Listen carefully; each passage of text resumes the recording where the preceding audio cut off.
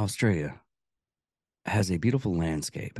Now, saying that, there are also housed the most deadliest animals, like the blue ring octopus or the Frankenstein serial killer.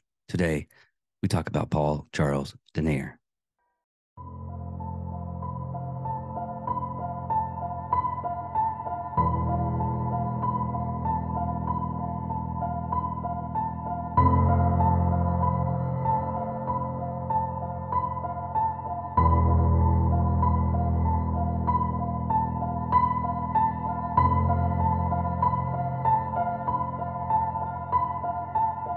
Ladies and gentlemen of all ages, boys and girls, thank you for tuning in to yet another episode of Angry Meat Production. We appreciate you coming in and letting us be a part of your lives week in and week out. We hope to do our best to present you with something that your eardrums delight in. Whether you're looking at us on YouTube or Rumble, or listening to us on Spotify, Google, or Anchor, or any of the other podcast services that we are currently on or trying to get on. We thank you. And if you don't mind, at the end of every episode, stop by, leave us a comment, leave us a like. If it asks for 5 stars, we'll take 5 stars, even if you don't like us. 5 stars are what it's all about. With that being said, we hope you enjoy our attempt to make our advocation our vocation. Ladies and gentlemen, let the games begin.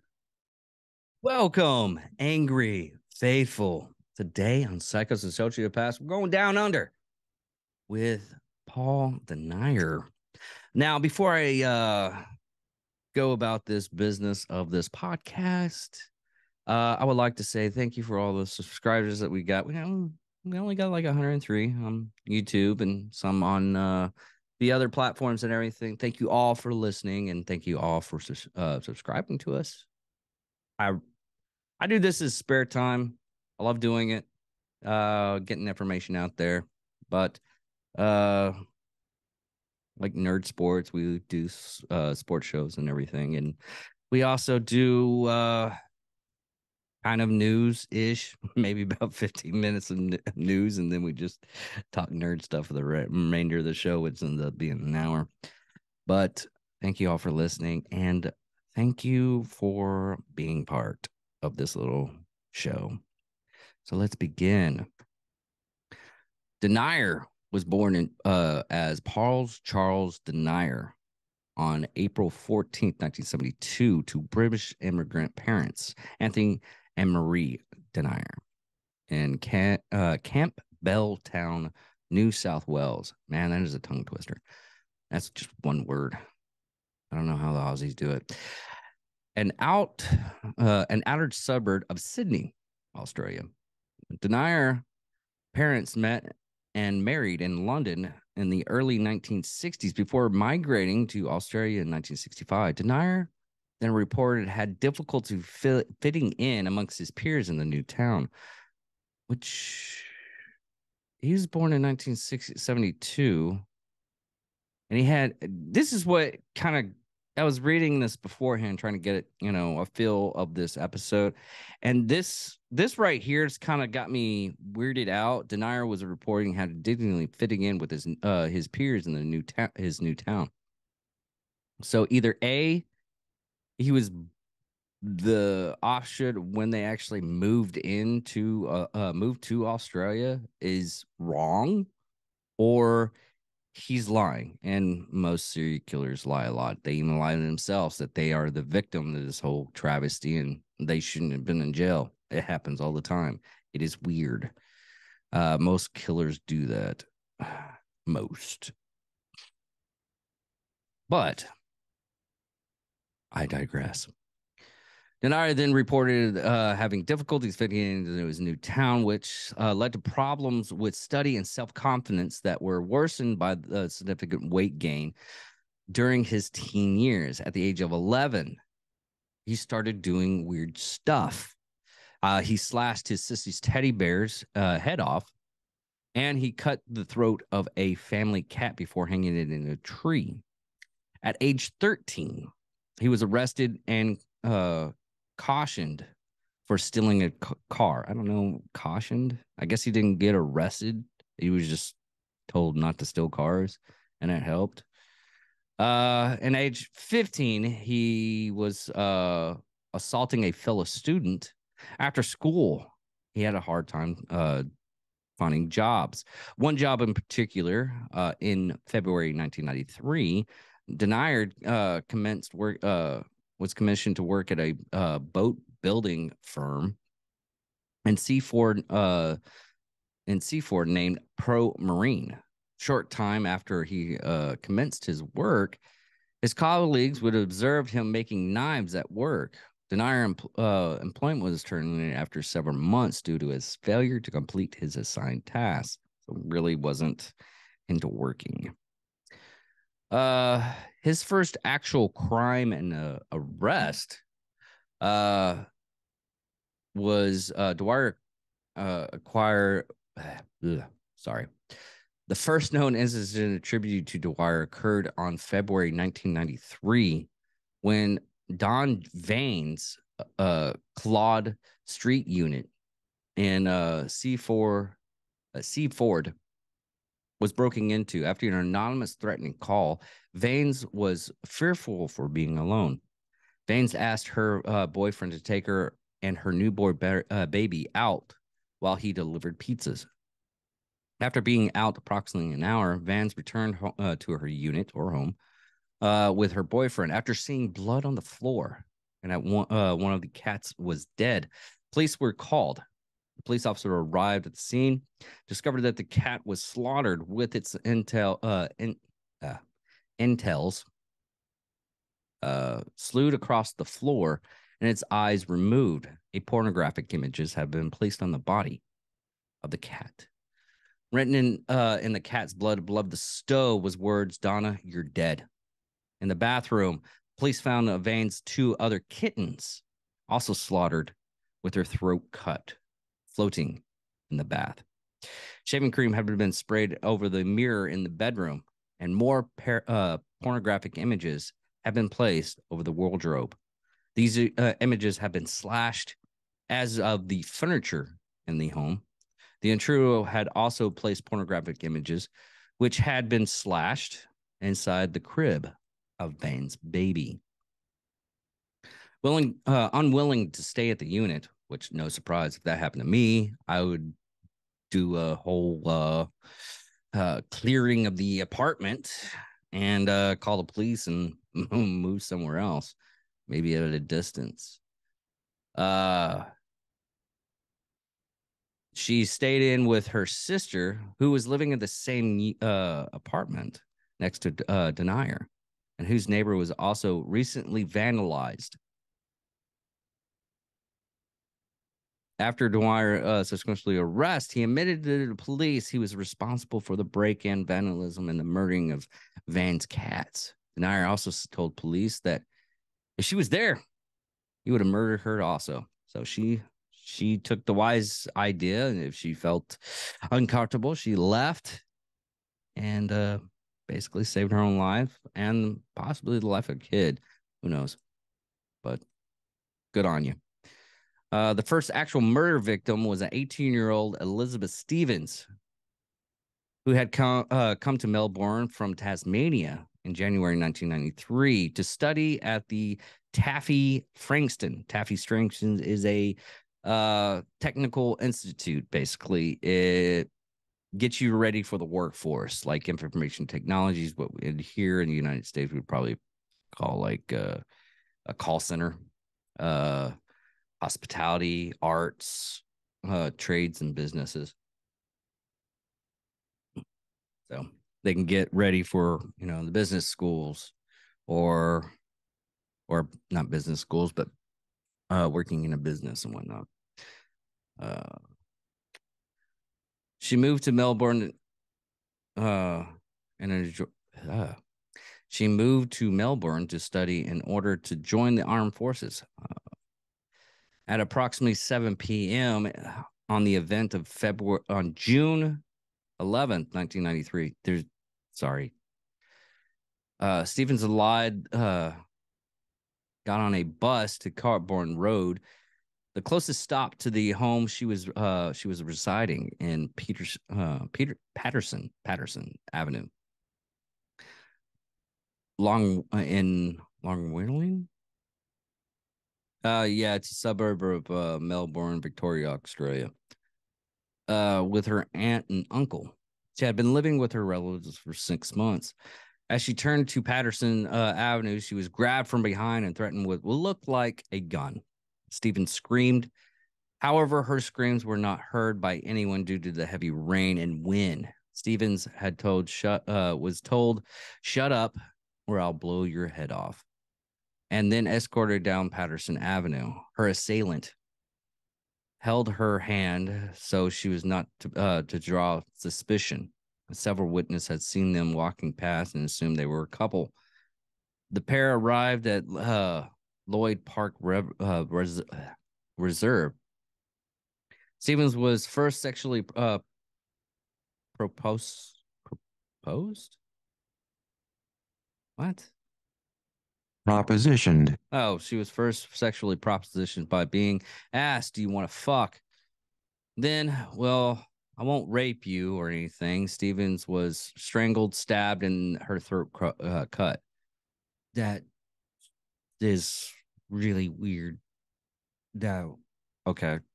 Her killer then stopped. Was then okay. Her killer stomped viciously on her face, breaking several of her facial bones and dragging her lifeless body across the blackberry bushes at the short distance to curve the flow of water. She suffered several post-mortem injuries, being stabbed and slashed across the torso. Stevens had been left a note that morning for her relatives, stating she would be studying at either the Taffy. Sorry, no, I'm getting off topic. TAFE. TAFE. I guess it's just TAFE. Or city library, and would be home at 8 p.m. When Stevens failed to arrive home, her relatives initially thought she might simply be running late. However, about 10:30, her uncle commenced driving around the area searching for her. The police were notified soon after and became concerned for Stevens after being seeing the note she had written. Her body was discovered about 5 p.m. the following day by a man collecting pine branches. Stephen was killed only 250 meters from her home. At a postmortem, the examination forensics noticed that periodic hemorrhaging, small injuries dotted her eyes and skin that indicated Stevens had been strangled. Cuts and abrasions on her face were obscured. Pathologists concluded that there was option.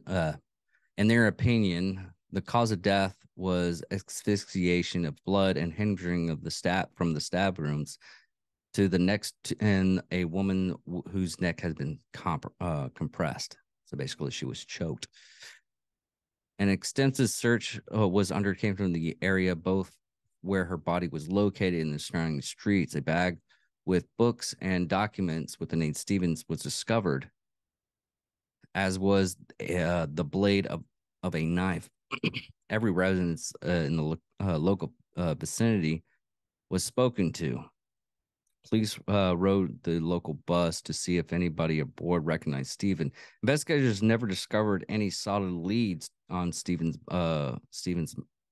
discovery and clues to her murder. Next, the abduction of Rosa Toth. A month later, on Tuesday, July 8th, 41-year-old Rosa Toth aligned at Seaford railway station and headed north along Railway Pride on her way home. Around 5:50 p.m., as she was walking past the Stanford North Reserve, she noticed a man luring near the toilet block. What's a toilet block? Okay, I'm curious right now. I'm sorry, folks. I know I'm going to continue this, but I'm curious, just curious. What is a toilet block? The toilet block. Come on. Toilet block. I don't get his. That's weird. Okay, carry on. And was attacked shortly after passing him. I guess it's a toilet, like what we call a uh porta potty. So I guess that's what it is. And an attack shortly after using him. Toth was dragged into the park, but broke free after denier held a fake gun to her head and she pretended to submit. Shaken and with light injuries, she ran back to the road, stopping a car, and was assisted by the driver back to her house. Now, the murder of Deborah Fram. That same night, the second murder victim, 20-year-old Deborah Fram, who lived near Nekinook. It's Nekinook. Kananook. Kananook. Okay.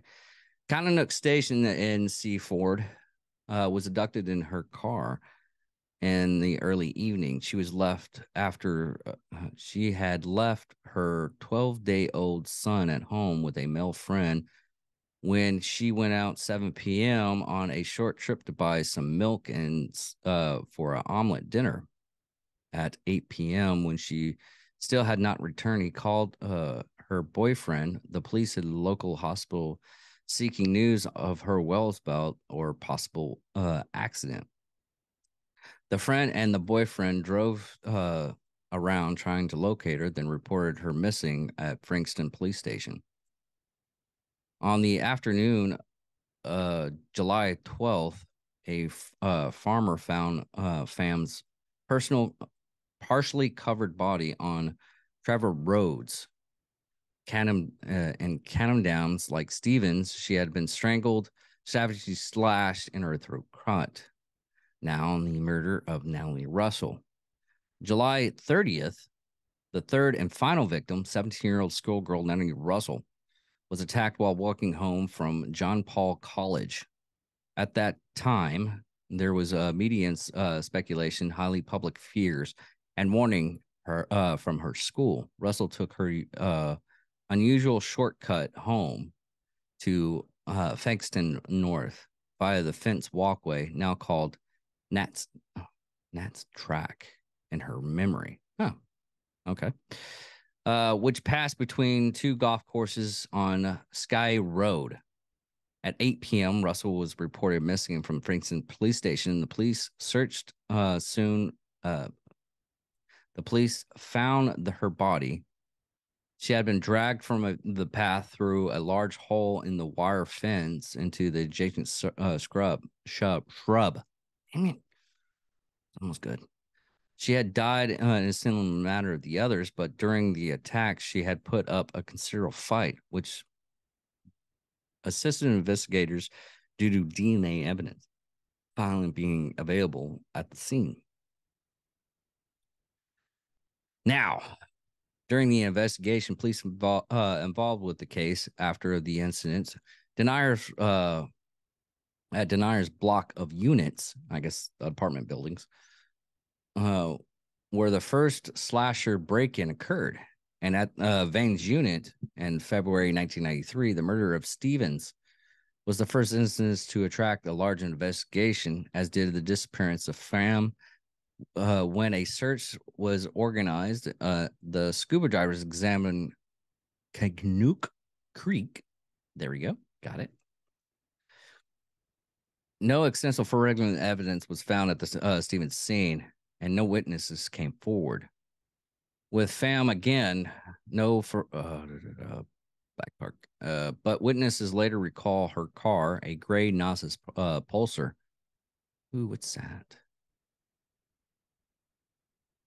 Nassus Blue Bar Symphony in Japan's market. Okay. Had been seen driving erratically and flashing its high beam lights. Her car was located by police the next day at a nearby Madden Street.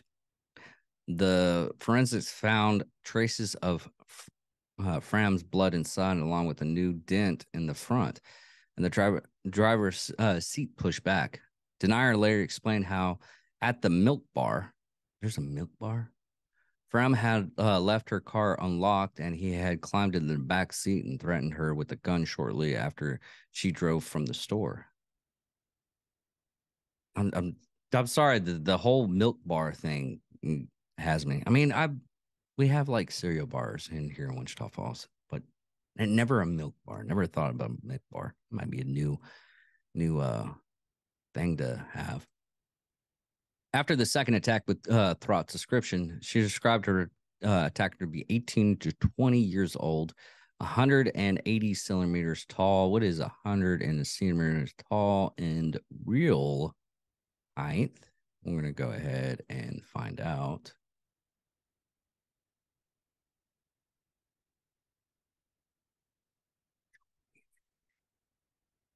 Uh, 5'9". With a round face and blue eyes. Police drew up profiles of suspects: a male, likely unemployed or with metal job, likely a local residence, age 18 to 24, average looking and living alone. Leading up to the murders of Natalie Russell, investigators were in process of door knocking 4,700 homes in Frankston, codename Operation Pulsar. The door knock was at the time the largest door knock ever conducted in Victoria police. I guess it's they were going door to door. Door knock. Okay. Sorry. I know if anybody in Australia hates me now, you can fully on hate me. The Russells attacked the Russell pack provided police with breakthrough they needed. At 2:30 p.m., a postal worker saw a rusty yellow Toyota Corolla without number plates parked near Nat's track on Sky Road, with a man using binoculars acting suspicious inside. As she stopped at a house to call police, she noticed Russell approached the track alone, observed by a suspicious man who then ran up the track. Police responded, noted the registration label number, door investigated at the nearby house, but soon had to leave to attend other calls before returning to the man. Later, forensic evidence of the walkway revealed three holes cut in the fence with the same tool, with blood traces on one, alongside skin and hair traces on Russell, but not belonging to the victim. Police also informed investigators of the registration detail, which quickly traced the car back to Paul Charles Denier. Detectives visited his small unit at 186 Ferguson Dankton Road, Sheford, the afternoon of July 31st, a unit shared with Denier's girlfriend and next door to Donna Vaughn's sister. While his movements were being checked, he admitted of being in the vicinity of Fram and Russell's murder at the time. Denier was taken in to Frankston Police Station, and his video interview commenced at 9:20 p.m. He was unable to explain the cuts and scratches the officers noticed, and also being viciously attacked. He admitted the Stevens's attack.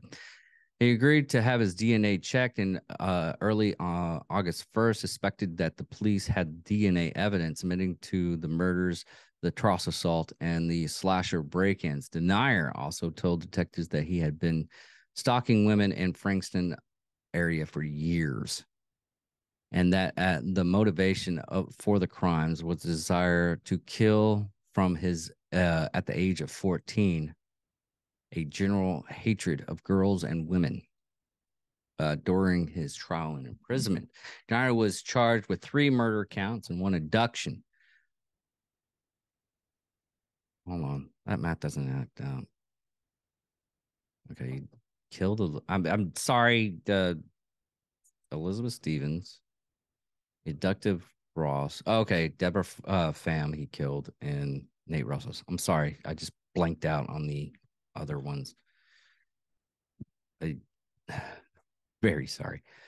Denier charged with 3 murder counts and 1 abduction charge, to which he later pleaded guilty and did not contest. Psychologists and sex examined Denier, noting a lack of emotion in regards to the crime, a single-minded desire to kill, an unusual readiness by which the victims were chosen, leading to the diagnosis of a sadistic personality disorder, but not legally insane. He found initial maltreatment of victims intensely gratifying, taking pleasure in tormenting, anguish, distress, and helplessness and suffering of the victims. In contrast to simple anger, the behavior of a sadistic personality is fully premeditated. I'm sorry, not permitted. Premeditated. God, I said the word and I was like, no, that's not definitely not right. He is not suddenly exploding with rage. The more aggressive he becomes, the more powerful he felt. This is Dr. Iran Jabin, Denier's treated forensic psychologist. During an examinations, he also admitted being influenced by the 1987 film Stepfather. And in the Stepfather was American psychological horror film, assuming serial killers who married a widow with teenage daughters and killing the family. They remade that. Sorry.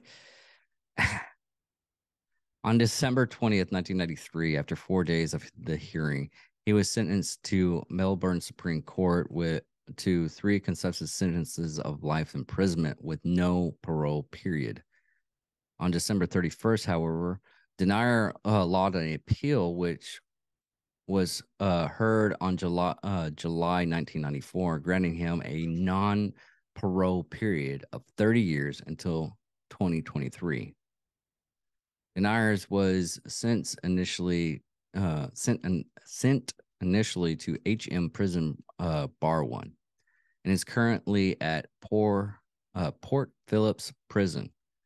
On January 9, 2004, after 10 years in jail, Denier was subject of a 7:30 report titled Murderer Sex Change Request Sparks Rights Debates.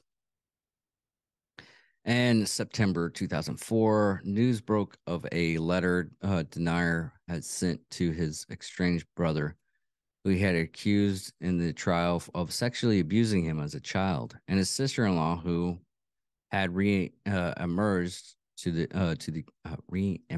to the UK.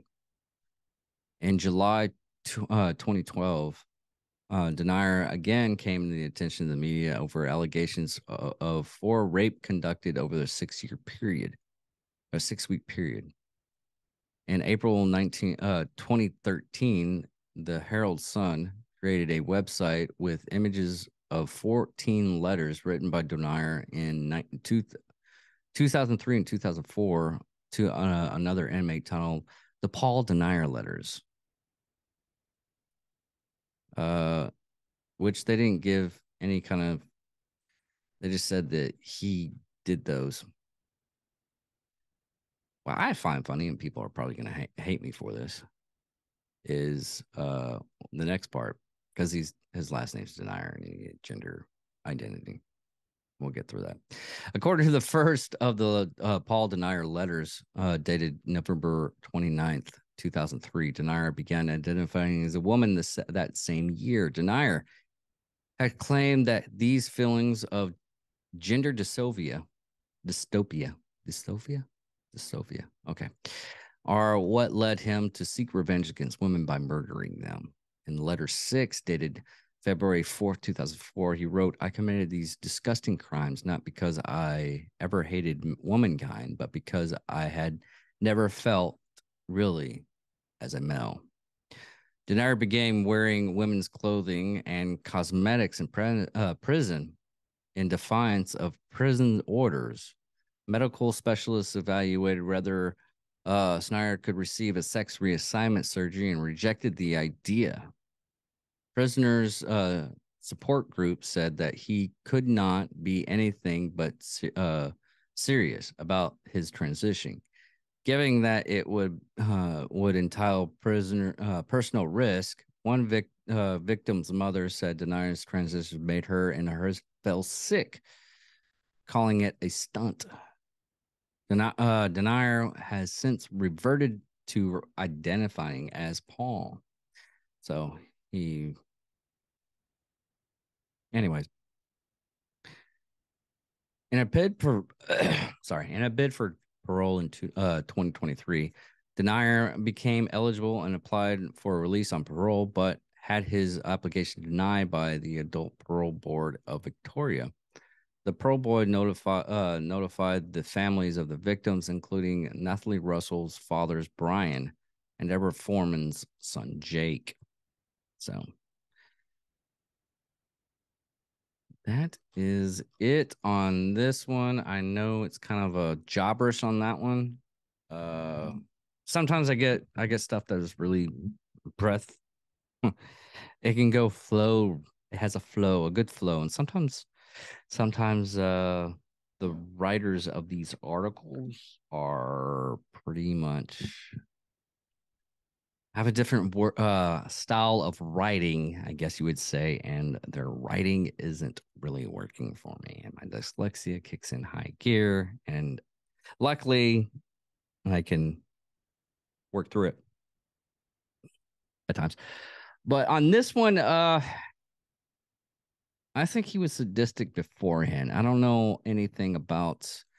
Let me go ahead and deep dive a little bit more on this. I know. Pull up the research beforehand and wouldn't have to worry about anything. But rejected his. I got that. I have it up. I was foreseeing. And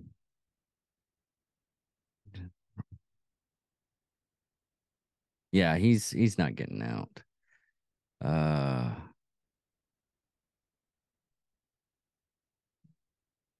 What's funny is there's a picture of him in custody, and he has pigtails, which is funny.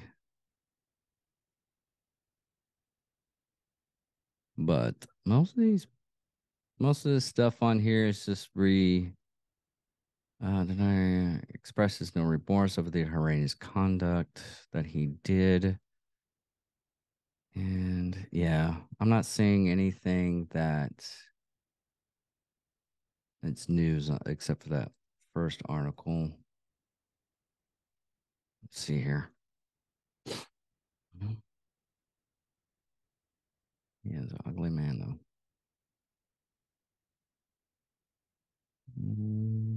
No, not seeing anything of note. Looking at the interview, and he is basically not even remotely emotional about the killings. So he was a shit pump. But anyways, like I said, thank you all for listening. Thank you all for watching. If you're watching on Spotify, Rumble, all of our places that we're at,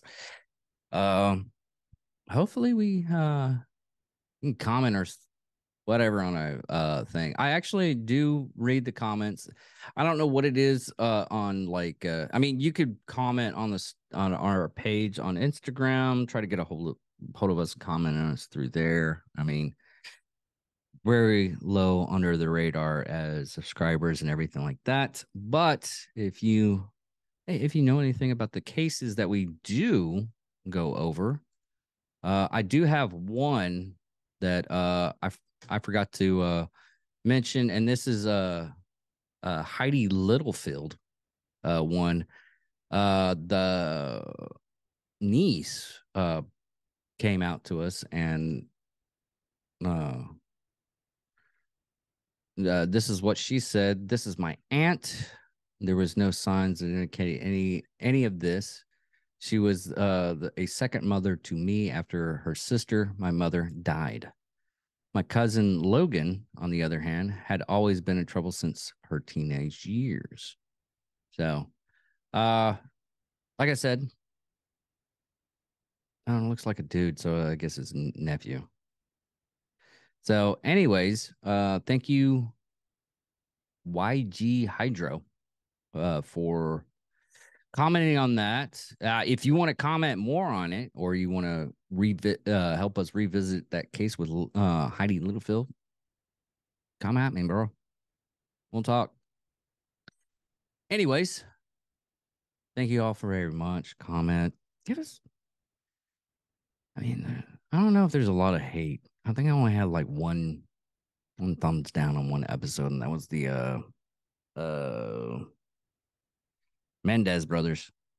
And we had the person that gave us a thumbs down, and uh she went through the case with the fine tooth comb, and it a lot of it made sense with the Mendez brothers. They still do a horrible act. Not going to just try that, but they gave pretty decent reasoning. So anyway, everyone, thank you very much for everybody. Love you guys. Later.